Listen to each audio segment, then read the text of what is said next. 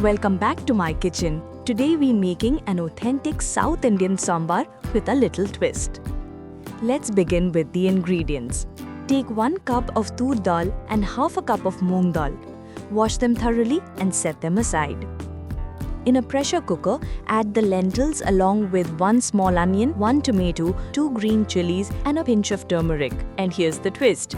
Add some radish or any fresh vegetable you have at home. Close the lid and cook for 3 to 4 whistles until the lentils turn soft and creamy. Once the pressure settles, let's move on to the sambar itself.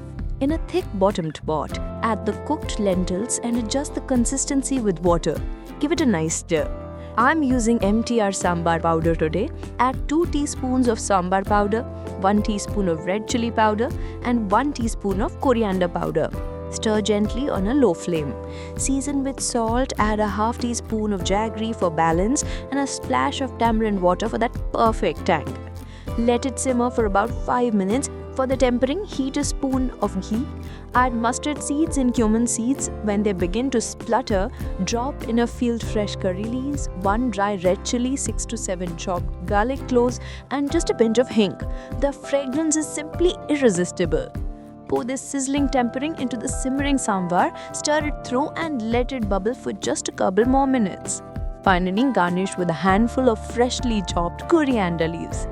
And there it is, your authentic South Indian sambar is ready to serve.